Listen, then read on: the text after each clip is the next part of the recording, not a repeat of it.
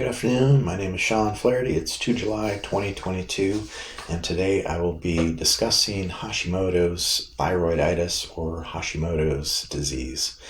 It is an autoimmune disease where the thyroid gland tissue is attacked by the person's immune system. This affects the thyroid's hormone-producing cells, resulting in a decline of hormone production or hypothyroidism.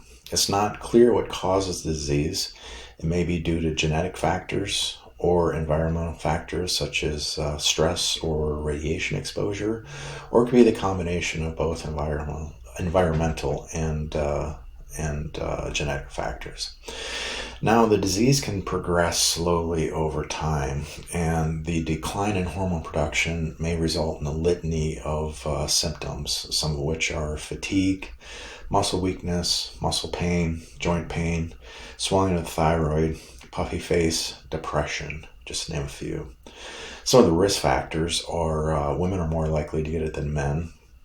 The disease can occur at any age, but it is more common among middle-aged people.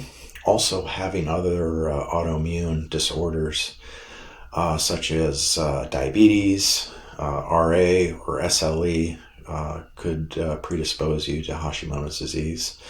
There seems to be some genetic connections, so a family history also may affect the potential for getting the disease. Pregnant women are more likely to get it, and people with excessive iodine intake, so intaking over iodinized salt, excessive iodine in drinking water, animal milk rich in iodine, certain seaweeds, and iodine-containing dietary supplements.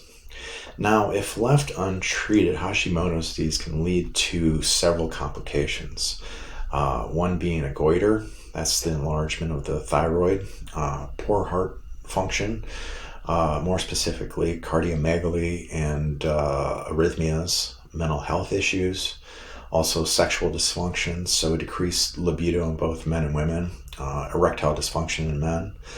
Also, it could cause reproductive dysfunction, so affect ovulation in women, cause menorrhea, lower sperm count in men, and also it may affect pregnancy outcomes. So it could increase the risk of miscarriage, preterm birth.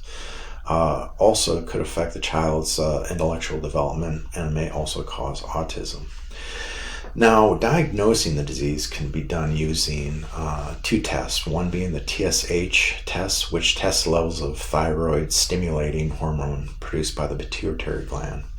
When the pituitary gland detects low thyroid hormones in the blood, it sends TSH to the thyroid to increase hormone production. So high levels of TSH in the blood can indicate that the thyroid is not absorbing the TH and the person has hypothyroidism.